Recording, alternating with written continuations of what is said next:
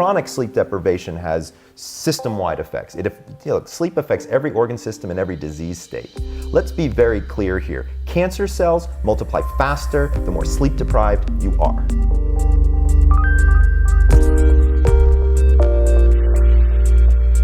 As in any sprint, if you're an athlete running a quarter mile, you're going to need recovery after that.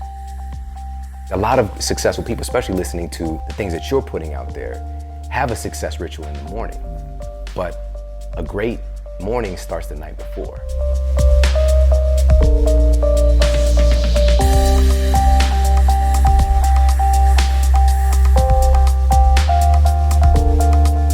When people are depressed or bipolar or anxiety or fear or trauma or PTSD, it is stress and they cannot break the loop. I tell you, we found the key to break the loop. That's where I am right now with the science. To get to sleep, we need to get cold. To stay asleep, we need to stay cold. And to wake up, we need to warm up.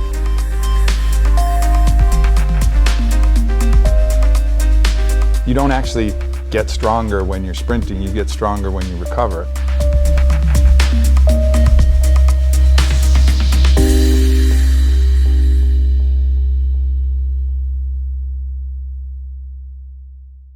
What do you guys do to be more efficient in your sleep? A very consistent bedtime. I go to bed at midnight, I wake up at 6:17, whether I like it or not. I stop caffeine by 2 p.m. every single day. I stop alcohol roughly 3 hours before bed if I'm drinking. I'm not that big of a drinker, to be fair. I don't exercise in the evenings. I usually exercise based on my chronotype around 10:30, 11 o'clock in the mornings, and that actually helps me out quite a bit. And then when I wake up in the mornings, I get 15 minutes of sunlight and I drink a bottle of water. That's what I do, and it works. I tell people all the time, I think I'm the only sleep doctor in the universe that says it's okay to fall asleep with the television on. That's interesting. I've got people who need to watch The Simpsons to fall asleep. That's just what they need to do. It's amazing. If you turn it off, they're up all night. Like, it doesn't make any sense. Why would I recommend them to stop doing something that's effectively working for them? And by the way, having a television on in your room in the evening, there's these things called television timers. They're built into 99% of televisions today. Set the fucking timer and go to bed.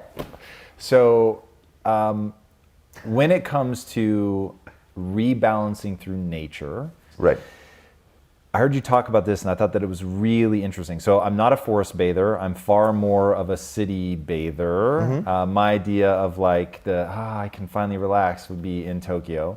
Nice. But I actually do get the whole notion of getting in rhythm with Absolutely. nature. What do you have people do? And I'd really like to hear about the nature rebalancing. So there was a great study that was done. They took 20 insomniacs, they brought them into the woods, kept them there for 2 weeks. Lo and behold, at the end of the 2 weeks, almost none of them had insomnia anymore, right? So there's lots of different ideas as to what helped, what hurt, things like that. I would argue that the lack of external crazy stimulation, lights on, cars, noises, all of that was helpful. But I think they just entrained themselves to the sun going up and the sun going down. I mean, let's be fair. Very little insomnia ever occurred before the electric light bulb. Okay? So if Edison did anything, he fucked up people's sleep forever, because there's all these other things that you can now do because we have the presence of light consistently in the evenings. And so in training yourself to the natural cycle would be great, but let's be fair. People aren't walking into the woods for 2 or 3 weeks to fix their sleep. So then what can we do along the way, and how do we help these people with insomnia? The biggest problem is between your ears, right? Every single patient that I talk to, they say, Dr. Breus, I can't turn off my brain, right? That's not a surrounding problem. That doesn't have anything to do with blue light. That has to do with our inability to slow down. That has to do with our inability to deal with stress. So things like cognitive behavioral therapy are highly effective for these people. So cognitive behavioral therapy is a 2-component process for insomnia. So we know that insomnia is what we call psychophysiologic insomnia. So psycho being something going on in the head, physiology in the body. So what we do is we create schedules for people. When should you go to bed and when should you wake up? And that's part 1 of the therapy. And to be fair, we actually restrict their sleep. You would like that because you don't like sleep, right? And so what we do is we tell them, if you normally go to bed at 11 and you don't fall asleep until 1, don't get in bed until 1. Because all you're going to do is lie there and be pissed off anyway, right? So we restrict their sleep. We build up their sleep deprivation on purpose because we want that natural sleep deprivation to help them fall asleep and stay asleep. If that doesn't work, then we go to the cognitive portion. The cognitive portion is, what do you think about sleep? A lot of people say, well, if I don't get 8 hours, it's going to peel, years off the back end of my life. There's no data to show that. None. So what I do is we take all these dysfunctional thoughts and we ask the patient, what are you thinking about sleep? And we get them to rate them, and then we give them the facts. 90% of the time, they just don't know the facts, right? It's my job to educate as many people as I possibly can about what sleep really is. What we know, obviously, has been the rise of sleep difficulties in society, and that has been matched by, unfortunately, a rise in pharmacology and particularly sleeping pills. And I say unfortunately not because I'm anti-medication, and I know a lot of people who work at these pharmaceutical companies, and they're good people, great scientists wanting to do good things. But unfortunately, sleeping pills are largely blunt instruments, and they don't produce naturalistic sleep. They're in a class of drugs that we call the sedative hypnotics. And when we take sleeping pills, we mistake sedation for sleep, but it's not natural sleep. And in fact, sleeping pills have been associated with a significantly higher risk of death as well as cancer. So much so that in 2016, the American College of Physicians made a landmark recommended intervention. They said that sleeping pills must no longer be the first-line treatment for insomnia. Instead, the American College of Physicians said it has to be cognitive behavioral therapy for insomnia. That must be the first-line recommended treatment for those sleep problems. And so cognitive behavioral therapy in general really tries to target two things, cognitive and behavioral. And so the cognitive aspects for insomnia are aspects where we try to correct your beliefs or your misbeliefs around sleep and some of your ideas around sleep. Some of those things that can be either inappropriate, incorrect, or just triggering anxiety or worry. So we try to modify those cognitions, those beliefs. But then we also look at what you're doing in your life, the different behaviors that you're doing or things that you're not doing, and try to correct the behaviors as well. For example, how's your caffeine intake? How's your alcohol intake? What time are you going to bed? What time are you waking up? What's your chronotype? Are you a morning type, evening type? Are you sleeping in harmony with your chronotype or against your chronotype? Are you getting daylight in the morning? Are you getting too much daylight light at night, artificial light at night? Do you exercise? And so we change behaviors and we change thought patterns. And together, cognitive behavioral therapy for insomnia is just as effective as sleeping pills in the short term. But what's great is that when you stop working with that clinician or your online program, and I should say that I work with a company, I'm an advisor to a company called Shuni. It's SHUNI.io if people want to go and explore it. And you can get cognitive behavioral therapy online there. But you work with your therapist, and after about 5 or 6 sessions, you can continue that benefit of improved sleep for up to 5 years, the studies have demonstrated now. Whereas with sleeping pills, when you stop their use, then not only do you go back to the bad sleep that you are having, you typically go back to even worse sleep. It's called rebound insomnia. And now you have to go back onto the use. So you become dependent. There is an addiction dependency cycle. So that's really what CBTI is. And that's really the best approach for sleeping problems right now. All right. So I have 2 sleeping problems. One is that there are times where I will get either really stressed or I'll get really excited. And I have a very easy time falling asleep, but then I'll wake up after 3 or 4 hours and I find it very difficult to fall back asleep. And then the second part, just so I don't forget, is sleep inertia in the morning. But what can I do to optimize for staying asleep?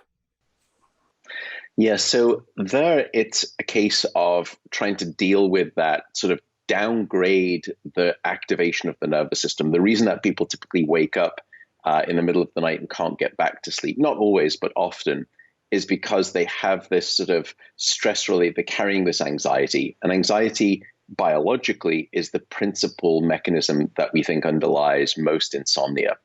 And what happens in part is that the fight or flight branch of the nervous system becomes overactive. And that's exactly Why the does opposite. it shut down? Like, I find it so easy to fall asleep, but I can tell on the nights where Right. I'm going to wake up. Yeah. It just seems And the weird that it reason is dips, because- but then my subconscious mind kicks it back alive. Yeah, why would it be that way? And the reason is because after about 16 hours of wakefulness, you've built up a lot of that healthy sleepiness, what we call sleep pressure. And the longer that you're awake, the more of that sleep pressure builds up. And it's a chemical that builds up in the brain called adenosine. And then when we go into sleep, it's the time when the brain can actually start to clear out that adenosine. And it starts to lower the sleep pressure.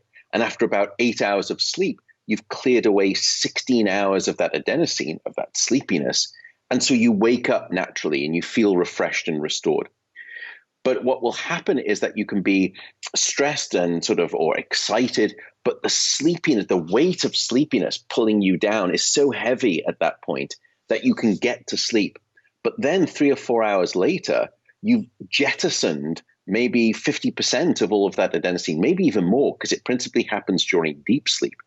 And so now your brain is much more vulnerable to those awakenings because it doesn't have the weight of that sleepiness. Does that make some sense? It makes total sense, and it makes me want to punch myself back to sleep. It's No, so don't do that. obnoxious. Well, because don't do that. the But- benefits, or I should say the damage that you do by not getting sleep is so terrifying that every time I wake up, I'm like, come on. Like, how much better you will perform if you just sleep. And I am not one of those guys that's like, hey, you got to grind in 4 hours sleep. I'm like, if I need 9 hours of sleep, I want to get 9 hours of sleep every single night forever until the end of time. So it's just always super obnoxious. If you're hoisting that flag, I will salute it. And I definitely, not everyone, but certainly in the type A, particularly business culture, maybe there is this sleep machismo attitude where people wear their lack of sleep like a badge of honor. But you're right, it's foolhardy for a number of reasons. But let me come back to that issue of beating ourselves up, because we need to have some degree of self-compassion when it comes to sleep. I am not invulnerable to sleep problems myself. I've had bouts of insomnia throughout my life, to be completely transparent and open with you. And every one of us is going to have a bad night of sleep. It's not unusual. Don't worry, don't stress. Back when I was starting to write the book, it took me about 4 years to write it in 2014. Sleep was the neglected stepsister in the health conversation of that time. And I was so saddened by the sickness and the disease and the suffering that was happening because of a lack of sleep. I came out, all guns blazing. And I think that was important. But for those people who were struggling with sleep, those people who had sleep problems with insomnia, the book kind of felt almost as though it was, sleep or else ... And I didn't mean it to be that way. So I want to say right now, because I've learned to soften and become a much better appreciator of these conditions, just like you described. If you wake up and you can't get back to sleep, don't worry. Just realize tonight is not my night. It's not the end of the world. I'm still going to be able to function somewhat tomorrow. Don't stay in bed awake for too long, though. That's the important message here. Because I have a trick. I'm super curious to see what you think about this, because I know where you're going, right? Yeah, you're training yourself that being in bed is being awake is okay while you're in bed. So that's right. I used to get up, and whether I slept for 2 hours, 3 hours, whatever, if I couldn't fall back asleep in like 15 minutes, I'd get out of bed and I would go to work and start doing my thing. And then I would go lay back down and sleep. And sometimes I'd fall asleep for, 2 or 3 more hours. But the number of times I would wake up with a headache after that was just too much. So I was way frustrated. And I'm like, all right, there's got to be something else. So what I found is if I put an audiobook on, dude, I will be back asleep in like 10 or 15 minutes. It's crazy. And the only thing that wakes me up is the fact that I have headphones in my ears, or if they start yelling in the book or something like that, which always pisses me off. But it puts me back to sleep so reliably. It's crazy. That's great. That's exactly what we recommend. So don't go to work. Don't start checking emails. Don't eat, because it trains the brain to expect food. but instead in a dim room, somewhere different. So you change the context. So you're changing the learned association. Just read a book, listen to an audio book, meditate in dim light. All of these things are great. Find out whatever works for you. And then only when you're sleepy do you return to bed. And there's no time limit for that. And that way you train the brain back out of a bad association that it's learned, which is my bed is this place of being awake, which if you repeat that over time, you become trained to be awake in the bed. And then you will relearn the association that your bed is the place where you're asleep. So you're 100% right. That's exactly what we recommend. To your second question, which is sleep inertia, it's a real thing. Sleep inertia is typically where we wake up and your brain requires some time to kind of warm up to operating temperature, like an old vintage car. You can't just turn the engine on and start, flooring it and going up to red line. You need to sort of circulate the fluids and warm the oil up and get the engine warm, and then you can really start to push it. It's the same way with our brain in some ways. Now, different people have different severities of sleep inertia. I'm actually like you. I suffer from quite bad sleep inertia. For the first hour, my partner, when I come through in the morning, she wakes up a little bit earlier than me. She kind of knows that I can say, look, honey, I am not the best version of myself in the first hour. I know that I may have done something bad yesterday and we should talk about it. And I want to resolve that. But can we not do it in the first hour because Yes. I'm not the best version? So firstly, accepting that it's normal and it's real. The second thing, though, however, is sleep inertia typically happens in very severe amounts if you're mismatched between your sleep schedule and your chronotype That's interesting. schedule. And so you can go on and you can go online and type Google morningness, eveningness questionnaire. And it's a questionnaire that you fill out and it figures out what your chronotype is. Are you a morning type, somewhere in between, or are you an evening type? And what we find is that morning types, when they wake up in the morning at their normal time, which is very early, they don't have sleep inertia. They're good to go. They can jump into the gym and they're like Energizer bunnies and they're all happy and, joyful. And to me, I'm just like, whereas evening types waking up at the time that morning types have to wake up, which is in some ways the way society is designed. Society is desperately biased against evening types, and wrongfully so, because it's not your fault. It's genetically determined. There are about 6 or 7 genes that we know right now that dictate what your chronotype is. It's not your fault. It's gifted to you at birth. You don't get to choose. Now, if you are suffering from sleep inertia, what we find is that if you can sleep a little bit later into the morning, go to bed maybe a little bit later, sleep later, play around with that and see if the speed with which you wake up is better, that your sleep inertia is less. That's one way. It may not always work. Another way is temperature. Now, it turns out that when people have a cup of coffee, they say, look, I just need like 5 minutes. And I swig a couple of, mouthfuls of coffee, and now I'm alert. That's nonsense. Caffeine doesn't actually get into your system until about 12 to 15 minutes. So if you're feeling any effects of caffeine before that, it's not the caffeine. It turns out that when we go to sleep, we drop our core body temperature. We get very cold. We become almost hypothermic. Now, to wake up, we have to warm up.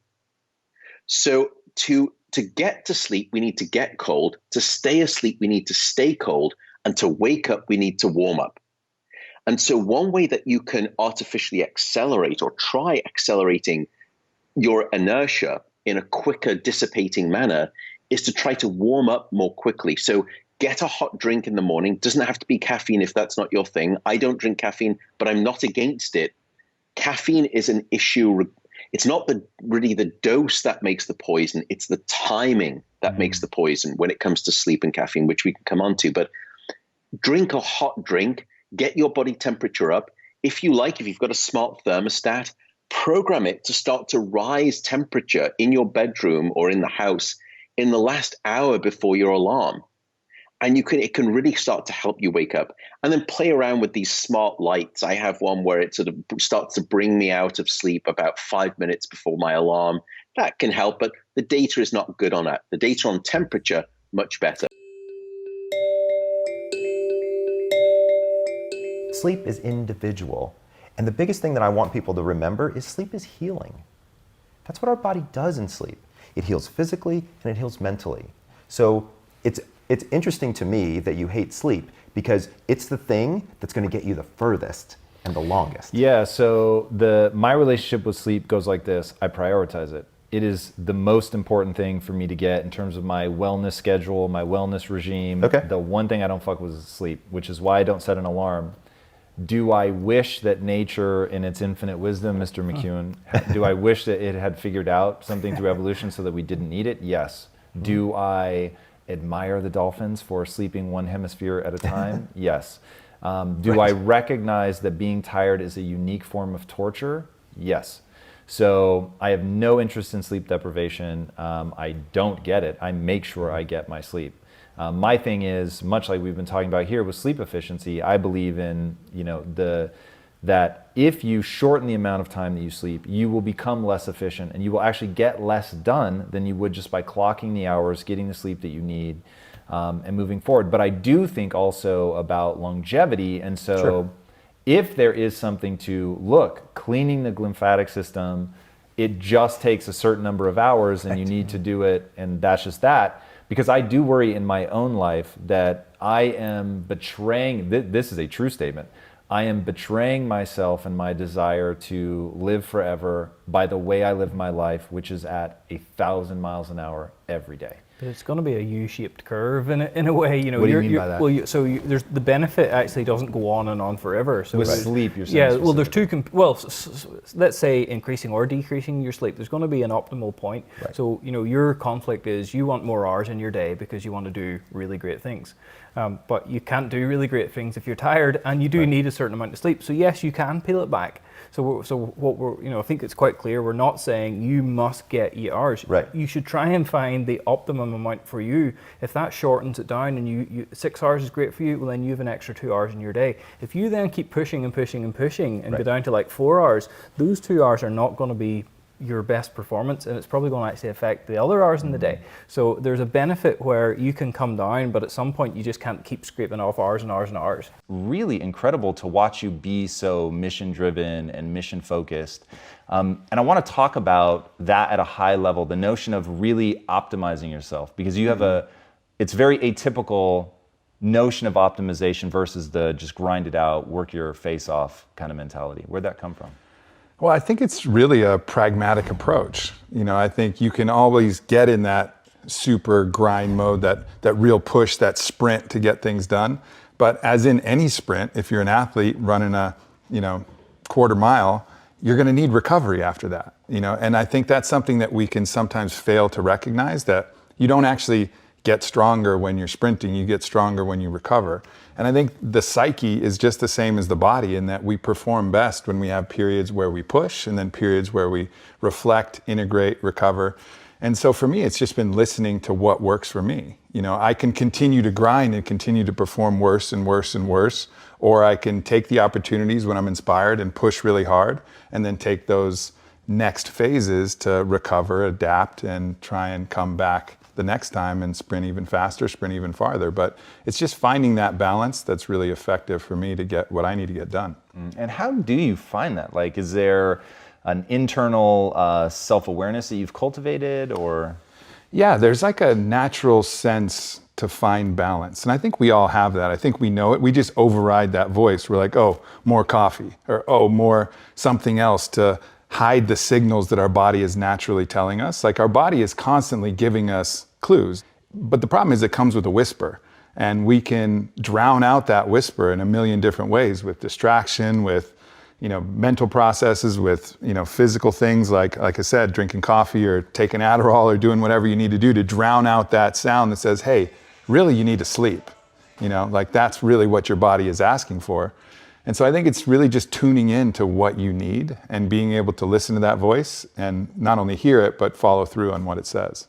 If you had to put a really fine point on what you think optimization should be? When somebody hears you talking about that, what should they take away from it?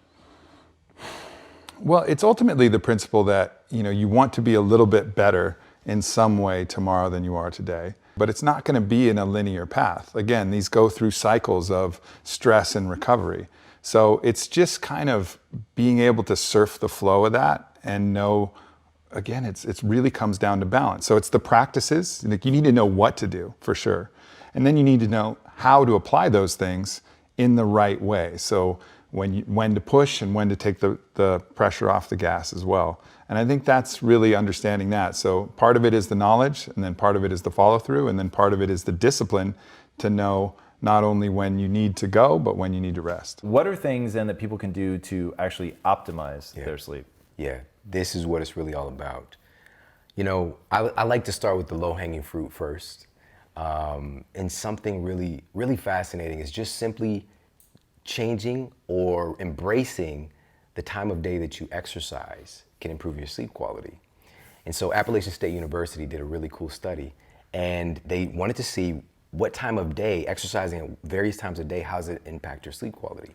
And so they had the study participants to exercise exclusively at 7 a.m., and another phase exclusively at 1 p.m. in the afternoon, another phase exclusively at 7 p.m. in the evening. They compiled all the data, and at the end of the study, they found that morning exercisers spend more time in the deepest, most anabolic stages of sleep, so they're producing more human growth hormone. They have more efficient sleep cycles, what we've been talking about. They also tend to sleep longer, and this is the one that kind of can get glanced past, on average, they had about a 25% greater drop in blood pressure at night. So what's up with that? That's correlated with a deactivation of your sympathetic fight or flight nervous system, right? So you're actually able to shift gears, get to that parasympathetic rest and digest, calming down by getting some exercise in the morning. And so how do we employ this though? That's the question. Because some people it's just like, I can't exercise in the morning. And there's also people who exercise in the morning who might have terrible sleep. And it's because this is not like the magic bullet. This is a thing that's stacking your condition. If you're doing this and then messing up the one I'm gonna talk about next, you're probably not gonna have the best sleep. So here's how to employ this, just 5 minutes. And I tested this. Each morning I do this 5 minutes of exercise. It might be just jumping on a rebounder, a little mini trampoline for 5 minutes, go for a quick power walk, do some Tabata, which is just 4 minutes, and a little mobility work. And I guess most people don't know what Tabata is. High intensity interval training, basically. It's 20 seconds of exercise followed by 10 seconds of rest, repeated over and over again for 4 minutes. And in his clinical studies, this was found to outperform, traditional cardio, like the kind of moderate intensity 45 minutes of exercise in 4 minutes. Wow. The change in your cardiovascular benefits, body composition, and also changing your mitochondria as well. This is why it works. It does something called a cortisol reset. All right, and we talked about cortisol, but again, it's a good thing if it's in the right time and the right amounts. Clinically, I would call these people tired and wired that would come in looking at the hormone panels, and the cortisol would be really low in the morning and high at night. Thus, they have sleep problems. So you naturally, if your cortisol is on a natural hormone rhythm, it would be elevated at its peak in the morning, right around 6 a.m. to 8 a.m., and then gradually decline as the day goes on. Does that have to do with what time you wake up? Sort of. I mean, the cortisol will kind of tend to nudge you out of sleep, but also will tend to notice that as your sleep goes on, it becomes lighter and lighter anyways, right? This is when you tend to remember your dreams, like at the end of the sleep. And so getting this little boost, like helping your body to propel and get your cortisol up via exercise, helps to reset that rhythm and get you back on track. So that's why it works. So that's number one, low-hanging fruit. Just get in 5 minutes of exercise. Start in the morning, no matter what. Just 5 minutes, that's all you need. It's gonna help to create this snowball effect of good things for you. 5 minutes. If this is the time you do go to the gym and do your full workout, so be it, all good. But everybody who's not already doing that, just get that 5 minutes in. And the second one, and this one is more of the tough love and the most difficult, but this is the most important one in our culture today. And this has to do with our tech, all right? So Harvard researchers have confirmed that blue light exposure from our favorite devices, our iPads, our iPhones, Androids, tablets, televisions, they do in fact suppress your melatonin substantially Because And- your body essentially thinks the sun's out? Is that the problem? So we have photoreceptors that are always trying to gauge what time it is, right? Because our bodies are wired up to be in sync with nature. But only recently, like literally just the past few decades, have we been able to manipulate and basically create a second daytime, right? So your body's just, it doesn't really know how to figure it out. And so the blue and white spectrum specifically are the ones that are more similar to daylight. And so what it's doing is, and so here's what the researchers found. Basically, every hour you're on your device at night suppresses melatonin for about 30 minutes, right? So if you're on your, you watch a movie, a 3-hour movie, for example, your melatonin is going to be suppressed. Even if you go to bed right after, you're not producing adequate melatonin for about an hour and a half. And so again, you can be unconscious from sheer physical exhaustion, but you're not going to go through your sleep cycles efficiently. And so just be mindful of that. What I encourage people to do is to give yourself a screen curfew, just 30 minutes, all right? I don't want to make this complicated, just 30 minutes. But here's the rub. We are addicted to our devices, like straight up. We just need to be honest. I am, we all are, Basically, it's because of this dopamine loop, right? Dopamine is so powerful, so interesting. Dopamine is one of the things I truly feel has helped to create our civilization as it is, because it drives us to seek, right? Dopamine drives us to seek and to grow and to find, to discover. The internet is perfect for manipulating this, because every time you look for something, you find something. Especially social media. You seek, find, seek, find. You produce the dopamine, it drives you to look. But why do you keep going is every time you find something, you get a little bit of a hit from your opioid system. It's like this slow drip, right, of morphine. And so it starts to feel really good. And to the point where you might be doing your work and you've got a deadline and you just, I check Instagram real quick. Before you know it, it's 30 minutes later and you fall into the internet black hole. Just it just pulls you in. So be aware of that. I'm not saying, again, our connection with tech is just gonna grow. So I'm not bashing that. It's just be aware of it. And that when you try to abide by this principle, which will really, really help your sleep quality, to give yourself a screen curfew, you can't just sit there and twiddle your thumbs, because you'll get what I call the internet jitters, right? You'll start getting a little bit of a withdrawal effect. Let me just check one post. What we have to do is this: you have to replace it with something of greater or equal value. It's really that simple. Hopefully, it's what I encourage people to do. This is an opportunity to connect, right? Connect with your significant other, your kids, the people, physical, have a real conversation with somebody, right? I know it sounds crazy, but it really works. It's really, really good. And also, this is a great opportunity if if you're in a relationship or not, whatever you're into, you could, utilize, and I've got a chapter on this as well, intimate time, because there's a big connection between sex and sleep. And there's also a big connection between sleep and sex and how it impacts your sex life. And so when we have an orgasm, for example, we produce a cocktail of chemicals, including oxytocin, norepinephrine, prolactin. And oxytocin, for example, has been found clinically to basically combat the effects of cortisol. And hopefully sex is more interesting than Instagram, but I don't know. It depends on how you're doing it. And so that's what I want people to do: a screen curfew, and or use these hacks. Utilize some blue light blockers. And so for your desktops, laptops, things like that, you can get an app called Flux that pulls out the most troublesome sleep-sucking spectrum of light from your screen. It basically cools your screen off. And it's a simple app. You set it and forget it. It's totally free. You just go to Dr. Google, type in f.lux, and a couple clicks and it's on your device. I've been using it for maybe 5 or 6 years. I love it. And for your telephone, your cell phone, we've got on the iPhones built in now is Night Shift. With Androids, the best one out there from my research is one called Twilight. So there's options for everybody. And then what about the ambient light at night, or if you're watching a movie? Again, don't get too neurotic about it, but if this is a problem for you and you're not sleeping as well as you could be, or your results, your body composition not changing, you're not getting that blood pressure down, you're not having that focus you need through the day, then you might want to address this. But another little hack is to get some blue light blocking glasses. The first ones I had was straight up I just built a birdhouse. But now there's some really cool, stylish ones that you could rock. As a matter of fact, you'll create a neural association when you put the glasses on, and you'll start to get sleepy. It's nuts. And that is another thing right there, is to create an evening ritual. right? Your brain is always looking for patterns. A lot of successful people, especially listening to the things that you're putting out there, have a success ritual in the morning. But a great morning starts the night before, you know, a truly great morning.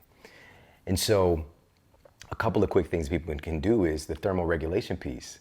Turn down your thermostat, all right? Now this one's, again, this is gonna hit a pressure point for some people, but according to research, between 62 and 68 degrees Fahrenheit is ideal for sleep.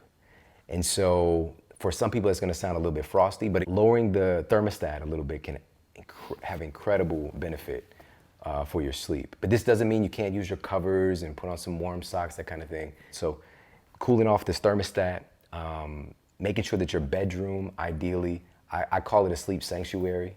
And so that when you walk into your bedroom at night, if your brain has a neuroassociation, when I go into my bedroom, I'm watching television or I'm working, those channels are gonna fire because of the myelin getting laid down over the years of you doing that behavior, or even months it can get laid down. And so you might have the intention of going to bed, but if your TV's in there, your brain is gonna be firing, expecting to watch television, and parts of your brain are gonna be waking up in a way. And so I encourage people to get the tech out of your room, have your bedroom be a sleep sanctuary, you know, or some place that's just for the double S, which is sleep and sex. Here's also a really interesting reason why. There's an Italian study done. They found that couples who have a television in their bedroom have 50% less sex. Really? Yeah. That's interesting. And you know, this is a little bit more middle-aged, a little past middle-aged, the people in the study. But, and I know some people are like, that's not true, I have sex all the time. You probably do it in a snowstorm. Like, it doesn't matter where you are. Like, you're a human rabbit, it doesn't matter. But for other people, it's like a distraction, right? It's a distraction, and it can also, you know, create all of those kind of chemical soup issues that we've been talking about with elevating cortisol and those kind of things. So ideally, get your television out of the room, the other tech, and last thing with the sleep environment I'll share. When I talked about melatonin, you need those two conditions, biological night, and you also need a dark environment. And so if you're in an environment where you're maybe in a suburban or city environment where there's like neighbors' porch lights coming in, there's LEDs outside, cars coming up and down the street, as crazy as this sounds, that small amount of light, what we're now dubbing light pollution, can have a significant impact on your sleep quality. And here's why we know this. Cornell University, I think, did the best study on this. And they took a test subject and had them sleep in an otherwise dark room. And they took a light, a fiber optic cable, and a light the size of a quarter and put it behind their knee. And that was enough to disrupt their sleep cycle. Because your skin also has photoreceptors that is sending information to your brain, your nervous system, your internal organs to try to tell your body what time it is. It's trying to figure it out. You know, so we want to get rid of that artificial light exposure.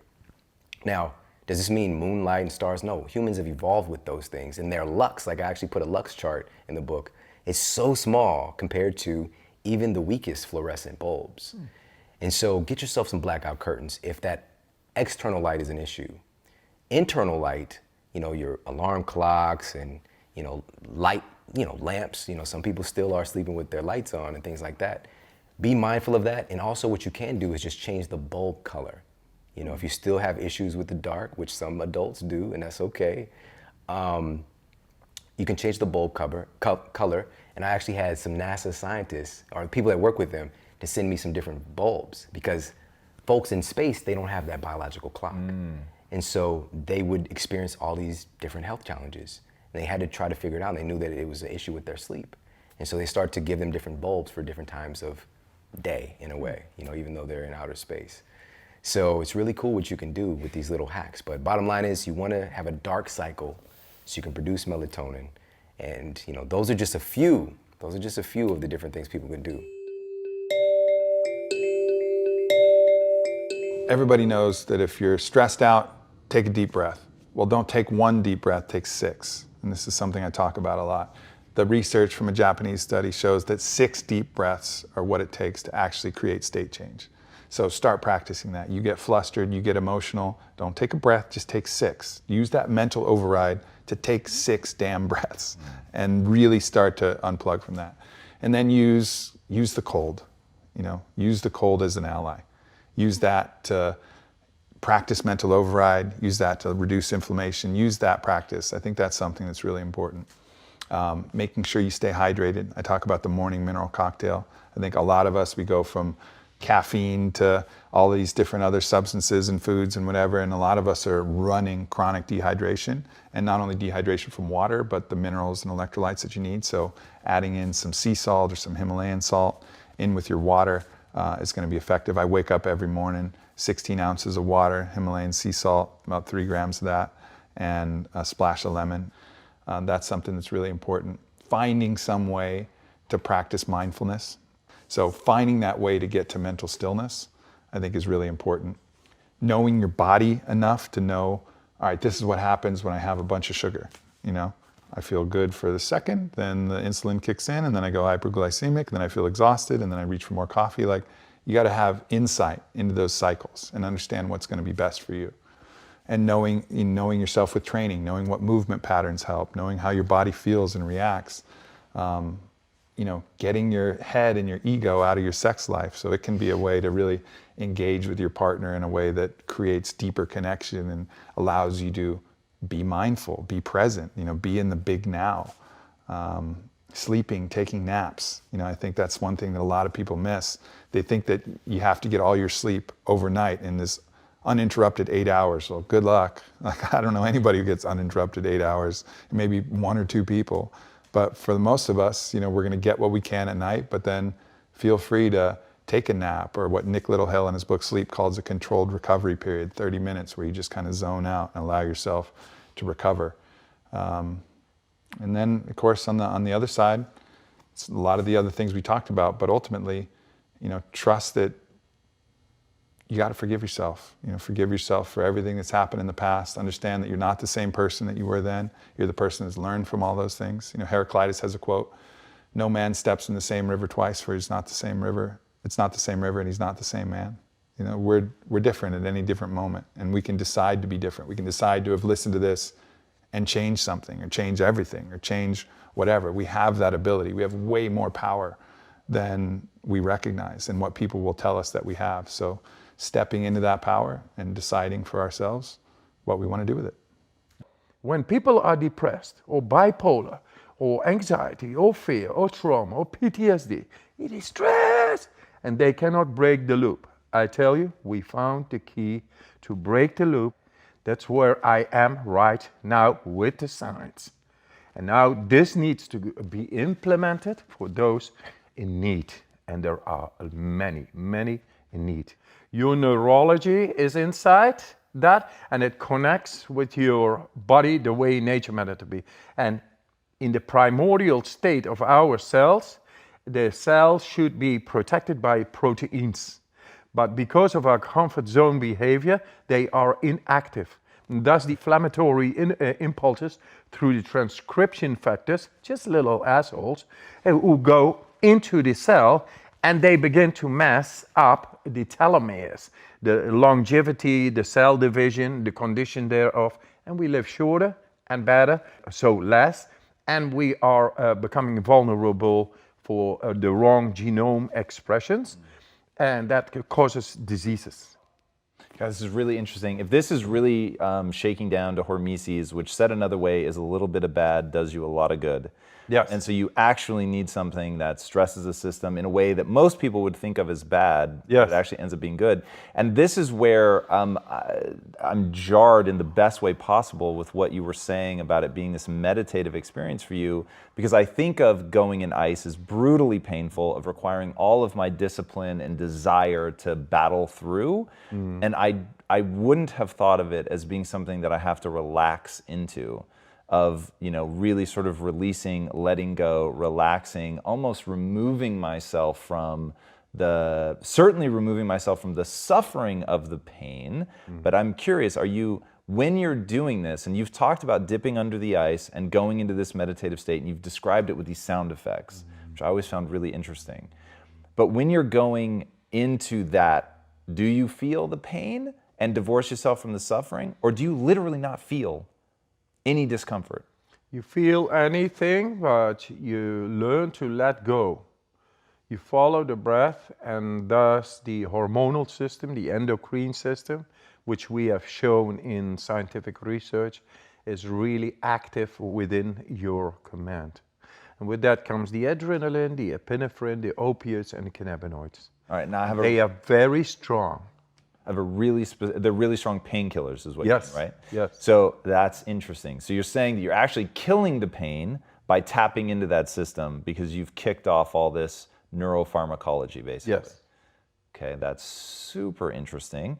What I want to know is when you're going into the meditative state, you know you've just been injected with the endotoxins. Yes. What are you visualizing? Like, what are you actually thinking when you're trying to get to adrenaline or bone marrow or? I tell you, if you go into the ice, you're really not thinking about your mortgage or your wife or this or that. You're not going to picnic. You feel, the focus will be on your feeling. How to get this feeling into adaptation and to overcome whatever is coming. And it goes directly. And I tell you, the cold has been my teacher. I just followed the teacher, the feeling, learned to let go. Intuitively, I felt, I want to do this. I did yoga, I did kung fu, did all kinds of things, and great. But the cold is really merciless but righteous. And I was ready to go in. I felt intuitively, I want to go in because it has got something. I don't know what it is. And yes, I went in and I felt it. The connection was there beyond any word. And that's what I was looking for. This tapping into deeper parts of the brain, feeling pure energy, feeling power, innate capacitated power we have to deal with that. I was looking for that. And since then, I went on and on and on and on. I did all these records and many more challenges. I did crazy stuff, really. Sitting all the night in your shorts outside in freezing temperatures and feel great. That is something, man. That is power. And I've been venturing and discovering more and more. And finally, I began to realize, but it's all in the mind. Oh, yes. So learning to let go in the right way, following your breath. The breath is able to prime the body and then your mind, the neurology of the mind. If I'm able to make my skin temperature not going down while being exposed to ice cold water, skin temperature, that's power. And that power is the same power we can learn to embrace and awaken, in which we are able to tackle any stressor in the world. Any stressor emotionally and physically and mentally, whatever you come up, we are built to be able to oppose that, to get through and to learn and not to be afraid, because we have the power of the mind. I would argue that Ambien is going to have a really big competitor. It's called weed, and it's out, and it's recreational in a couple of states. I live in, California, and it's very, very interesting. Do you smoke? Sure. Interesting. Absolutely. What do you find that it does to your sleep?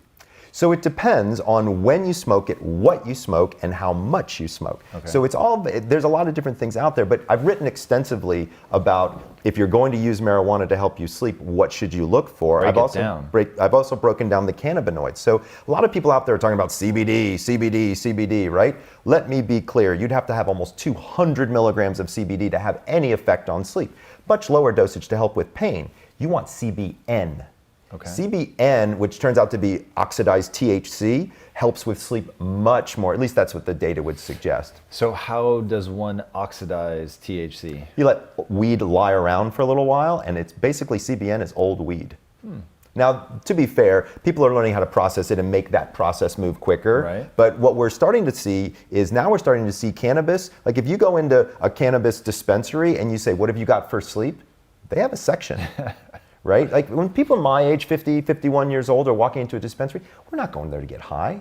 We're going there because we got pain or we have sleep issues and we want to use the medicine, right? That's where the gold is. And so when you start to really look at it, like, let's treat it like a medicine. Let's look at it in a way that can be helpful. We have an entire endocannabinoid system in our body that isn't being used except for with cannabinoids.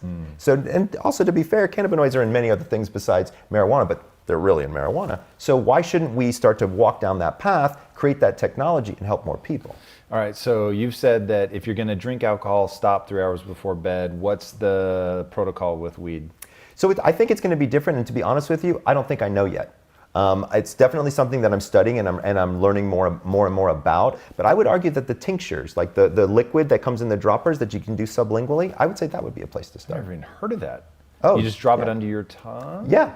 You just take it, drop it underneath your tongue, let it sit there, 60 seconds, swallow it, close your eyes. One thing that is super weird is things that during the day are not in any way, shape, or form intimidating or daunting when I'm supposed to be sleeping. So if I wake up in the middle of the night, I'll start stressing about something, and I'm literally like, once I get out of bed, this is not going to stress me out. So why is it stressing me out at night? Is there a part of my brain that shuts off? Is there a part of my brain that becomes active? Like, why are things at night, do they seem so big and dramatic? Whereas in the day, it's like, it's not a big deal. Yeah, we actually don't really fully understand in truth, but part of this is to do with context, that it's dark, you don't have full awareness, you don't have full functioning of the brain, because when we wake up, that sleep inertia, by the way, in part is because your prefrontal cortex, which is the part of the brain that makes us most human, it's like the CEO of the brain. It's very good at understanding high-level concepts, putting things into contextually appropriate boxes, making top-down control decisions. It regulates our emotions. That part of the brain is the last thing to come back online as we wake up. And that's why we're not very, brilliant if we have sleep inertia. But when we're waking up out of sleep in the middle of the night, we also have some of that. So we don't have the rational, logical part of our brain fully engaged. Plus the context is one that's dark. And so we don't have sort of the daylight sort of giving us this sort of normative, safe feeling. And so what happens is that the brain starts to default to rumination and catastrophization. It's almost like this Rolodex of anxiety that then starts to unfold. And that one memory that, you bring back into mind at that moment of waking up is the finger that flicks the domino on that cascade of rumination. So again, just realize I've done this before. I've experienced this before. I know that tomorrow by 1 or 2 p.m. in the afternoon, I think about this and I think, that was ridiculous to be worrying about. It's okay. Try to remind yourself of that. Look at what sleep you need and look about how you can make that more efficient. It is the single most, in my opinion, most important thing that you could do easily, which will have a really positive impact, as we discussed, in like literally every organ in your body. It reduces your risks just of so many comorbidities. For someone who wants to be, and a lot of your listeners are going to try and looking at high performance output, if you are not managing your sleep, it is crazy to think that you can run at optimum efficiency. All right, so I'll slightly change it for you because I imagine your answer is going to be something to do with sleep. If it is, what is the one thing people should do that would have the biggest impact on their sleep? Know your chronotype, without question. It's super easy. Go to chronoquiz.com. It's my website. You'll learn in 30 questions what your chronotype is. And then you can figure out, in my book, I tell people the best time to have sex, eat a cheeseburger, ask your boss for a raise, and sleep. So it's useful in all facets of life. Nice. It's a great place to leave you all. Guys, sleep, man. I'm telling you, get it. It is the number one thing. People are always asking me, trying to accomplish as much as I'm trying to accomplish if I set an alarm. In fact, I stopped posting about how early I wake up because people were getting the wrong idea. They thought that I was setting an alarm to wake up at 3, which I do not. Get your sleep. And if you haven't already, be sure to subscribe. And until next time, my friends, be legendary. Take care.